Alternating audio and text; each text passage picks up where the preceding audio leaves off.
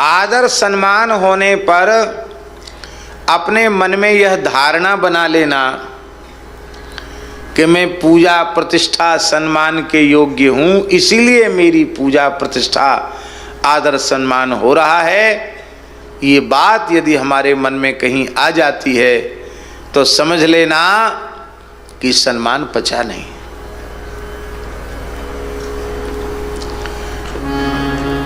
और शरीर मलमूत्र का भांड है, प्रत्येक छिद्र से मल निकल रहा है। इस शरीर में कौन सा अंग पूजा के योग्य है? पूजा हो रही है, ब्राह्मण के नाते पूजा हो रही है तो भगवान की पूजा हो रही है, संत के नाते पूजा हो रही तो भगवान की पूजा हो रही है, वैष्णव तिलक के नाते संत वेश के नाते पूजा हो रही है। हमारे यहाँ कहते भेष भगवान का, भगवान की पूजा हो रही है। पूजा भगवान की हो रही है, हमने उस पूजा का अपने से संबंध जोड़ दिया, आरोपित कर लिया कि हम पूजा के योग्य हैं इसलिए हमारी पूजा हो रही है। और यह आरोप होते ही अपमान न होने पर अपमान बोध होने लग जाएगा। जो व्यक्ति अपने को सम्मानित पुरुष मानते हैं, उनके लिए प्रत्यक्ष अपमान की कोई क्रिया नहीं की गई, लेकिन अरे हम गए थे, हमको उचित आसन नहीं मिला, हमको बैठने को नहीं कहा, हमको पानी तक की नहीं पूछा। आजकल लोग चाय पीते, हमको चाय तक नहीं पिलाई।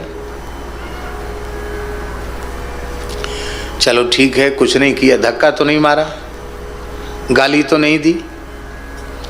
भाई प्रत्यक्ष में अपमान की क्रिया तो यही है, तो अपमान की कोई क्रिया तो उसने की नहीं, फिर भी अपमान बोध आपको हो गया क्योंकि आपने अपने आप को सम्मानित पुरुष मान रखा है।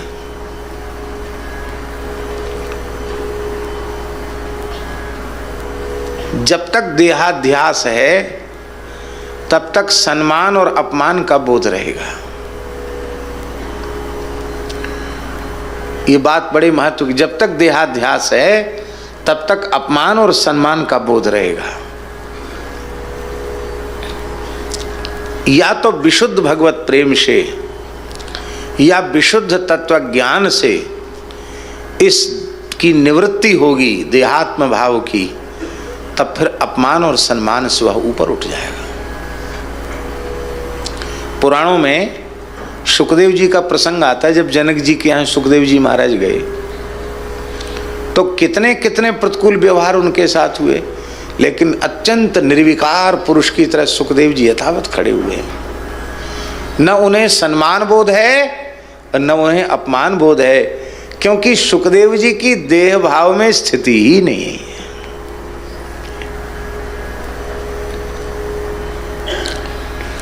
धर्मराज युधिष्ठिर कह रहे हैं महाभारत में गुरु जी कि मैं अब वह उत्तम संन्यास ग्रहण करूंगा जिसका ग्रहण करने वाला व्यक्ति इस प्रकार का हो जाता है।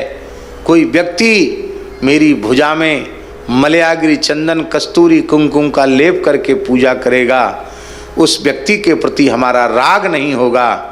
और कोई व्यक्ति वसूले से हमारी भुजा को छील छील करके काट काट करके समाप्त करेगा, उसके प्रति मेरा द्वेष नहीं होगा। ये बात युधिष्ठिर कह रहे हैं महाभारत में। न सम्मान बोध है न अपमान बोध है, इसको कहते हैं कि हम ईमानदारी से यहां तक चले। आप कहेंगे ऐसा कैसे संभव है? पूज्य गुरुदेव भक्तमाली जी के जीवन की ऐसी अनेकों घटनाएं अत्यंत अत्यंत तिरस्कार होने पर भी वे कभी क्षुब्ध नहीं हुए।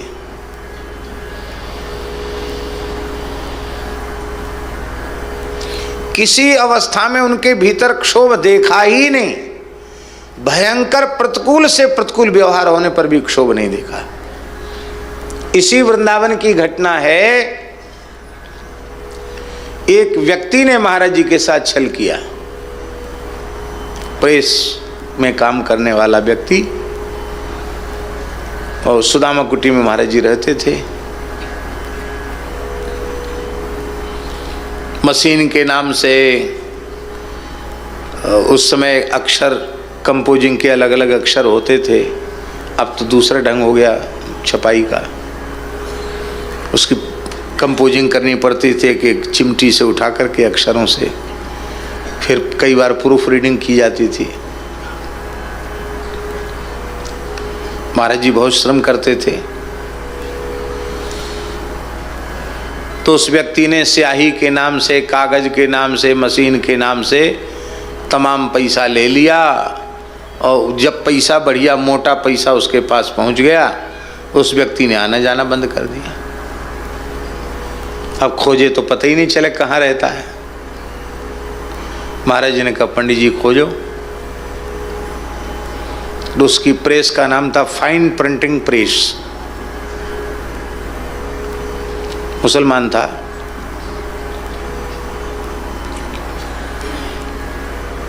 तो खोजे लेकिन हमको भी नहीं मिला। तो इधर जो बस अड्डे के आगे इधर जो है ना मोहल्ला, इसमें एक जगह लिखा था फाइन टेलर्स। तो हमने मन में सोचा कि फाइन प्रिंटिंग प्रेस और फाइन टेलर्स तो कुछ न कुछ तो नाम तो मिलजुल रहा है, इससे पूछा जाए। पूछा तो उसका भाई निकला, बोले हाँ वहाँ रहता है। बाबा जी आपको क्या काम है? कि बहुत ज़रूरी काम है। गए तो हमको वो मिल भी गए। हमने कहा रिक्शा में बैठो चलो महाराज जी। बोले मुझे फुर्सत नहीं है। मैंने कि चलो अभी चलो। तो आ गया। महाराज जी ने कहा भाई आपने काम बंद कर दिया, सूचना भी नहीं दी, काम अटका पड़ा है, पैसा आपके पास पहले सब पहुंच चुका है। इतना सुनते ही वो क्रोध में भर गया। बोले फिजूल की बातें मत करो। एकदम बदतमीजी पर उतर आया। फिजूल की बातें मत करो, आपने क्या दिया हमको? क्या आपके पास उसका प्रमाण है? तो महाराज जी ने गीता दयानंदनी डायरी दिखाई, कब किस तारीख को तुमको क्या पैसा दिया। बोले तुम्हारी पुस्तक, तुम्हारी कापी और तुम्हारी कलम कुछ भी लिख लो, मैं नहीं मानता। मेरा आपका कोई हिसाब किताब नहीं, और आइंदा मुझे परेशान मत करना, खबरदार। मुझे मत बुलाना। मुझे प्रेस के काम में फायदा नहीं था, इसलिए मैंने प्रेस बंद कर दी। महाराज जी बोले बिल्कुल नाराज नहीं हुए। हमको क्रोध आ रहा था, वो महाराज जी से ऐसा व्यवहार कर रहा है। और महाराज जी मुस्कुरा कर बोले आपको आवश्यकता थी, आपने पैसों का उपयोग कर लिया, कोई बात नहीं, गृहस्थ में बहुत आवश्यकताएं होती हैं, पर आप झूठ न बोलें। आपको काम में फायदा नहीं था, आपने काम बंद कर दिया, इसमें आप स्वतंत्र हैं, लेकिन आप झूठ न बोलें। बस ये कहा महाराज। इतना सुनते ही फिर एकदम गरम जाने लगा। तो महाराज जी बोले उसका नाम लेकर, जफर साहब प्रसाद लेकर जाइए। तो एक दोना में श्याम भोगी और 2 बूंदी के लड्डू दिए। हमने कहा महाराज जी वो तो दुष्टता का चरम सीमा पर जा रहा है, और आप मुस्कुरा कर उसको प्रसाद लेके जाइए, प्रसाद और दे रहे हैं। बोले कोई बात नहीं। बोले धन के कारण बड़े बड़े बुद्धिमान लोगों का मन खराब हो जाता है, तो बेचारा साधारण मनुष्य है। संस्था सुदामा कुटी है, संस्था को घाटा नहीं दिखाया जाएगा, इस घाटे को हम अपने सिर पर लेंगे, कहीं से भी पैसा जुटाकर इस घाटे को पूरा करेंगे, दूसरी प्रेस में काम कराएंगे, कोई बात नहीं। 1-1.5 महीने के बाद गुरुजी उसने गाड़ी खरीद ली थी महाराज जी के पैसे से, और उस गाड़ी का एक्सीडेंट हो गया, गाड़ी बंद हो गई, बहुत संकट में पड़ गया। प्रेस तो प्रेस भी कुछ बेच दी थी उसने, एक अद्धा थी उसके पास, छोटी मशीन थी, अद्धा मशीन, बड़ी मशीन बेच दी थी। मात्र 1.5-2 महीने के बाद वह व्यक्ति फिर फटी हालत में रोते हुए महाराज जी के पास आया, बोला कि मेरी गलती को क्षमा करें, मैं उस दिन से बहुत ज़्यादा परेशान हूँ, जब से आपके पास से गया हूँ मेरे ऐसे ऐसे हो गया, और मेरे घर में तो चूल्हा नहीं जल रहा है, घर में खाने को नहीं है, चूल्हा नहीं जल रहा घर में। मेरे सामने की बात है गुरुजी। यह सुनकर महाराज जी की आंख से आंसू बहने लगे। अरे राम राम राम राम, घर में रोटी नहीं मिल रही है? बोले हाँ, कुछ नहीं महाराज, मैं सच्चे कह रहा हूँ आपसे। और कहते मैं चोर हूँ, मुझे मारो। महाराज बोले राम राम, मैं तो आपको चोर नहीं कहता, आप स्वयं ही अपने को चोर कह रहे हैं। महाराज जी ने अलमारी खोली, 2000 रुपये निकले। बोले लो, इसको चूल्हा चिताने के काम में लेना, अपने घर में भोजन आदि के काम में लेना, दूसरे काम में इस पैसे को मत लेना, ले अपने घर का काम करो। बोला बाबा साहब मैं बेरोजगार हो गया हूँ, मेरी अद्धा मशीन है, कुछ प्रेस का काम भी मुझे दीजिए।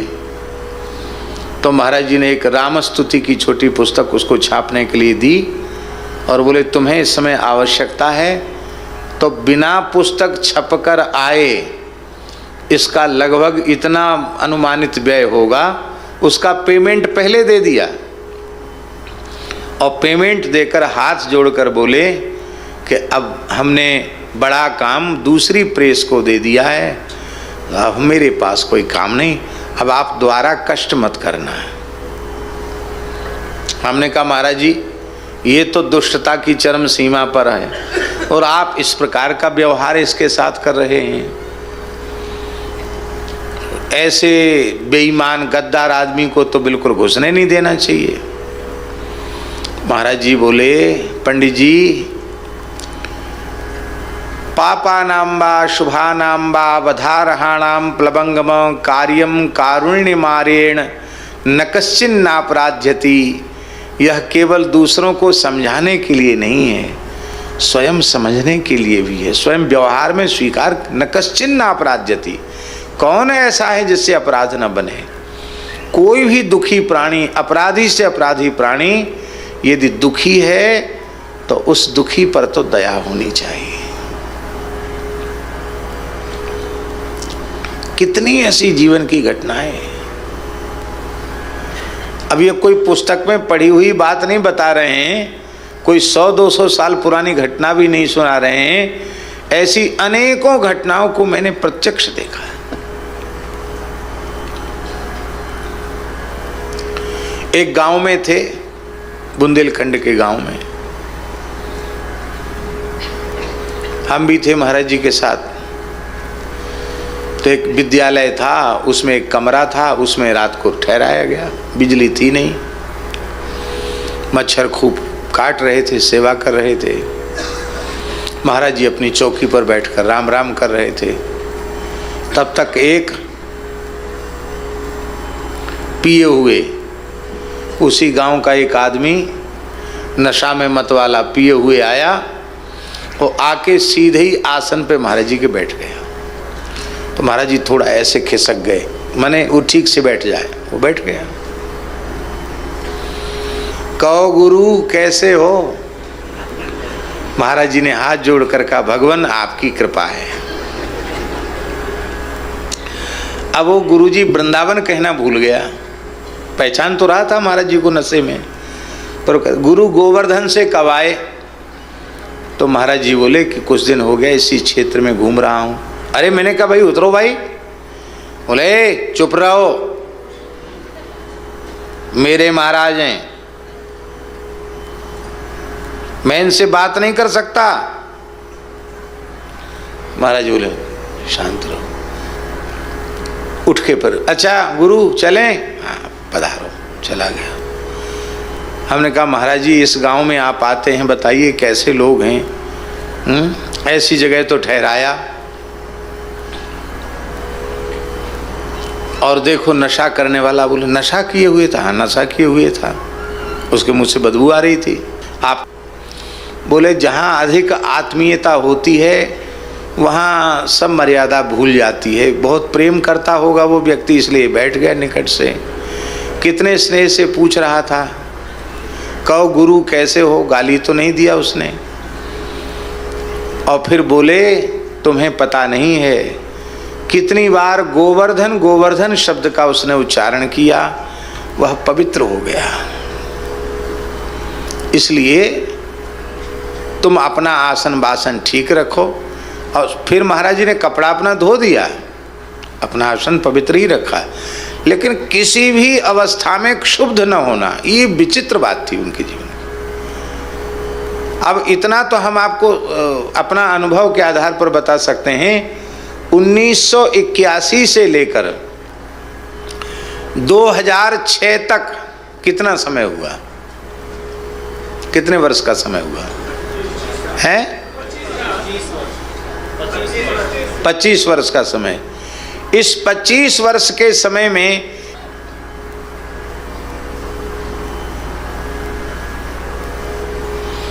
किसी की निंदा उनकी वाणी से नहीं सुनी, किसी वस्तु व्यक्ति पदार्थ के प्रति उनके मन में तनिक भी आकर्षण नहीं देखा।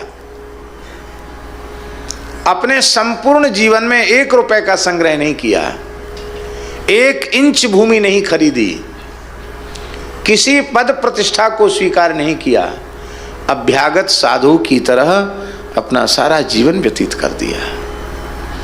दास कबीर जतन ते ओढ़ी, ज्यों की त्यों धर दीनी चदरिया। इसलिए हम तो आग्रह करते हैं कि वर्तमान में नए साधकों को साधुता का स्वरूप क्या है, इसको समझने के लिए पूज्य सद्गुरुदेव भक्तमाली जी के सद्गुरु चरितामृतम ग्रंथ को पढ़ना चाहिए। गद्य में संतों ने कृपा करके हमसे लिखवा लिया और उसका संस्कृत अनुवाद पूज्य पंडित बटोही झा जी ने किया है। सद्गुरु चरितामृतम सानुवादम, झा जी बैठे हैं सामने, झा जी ने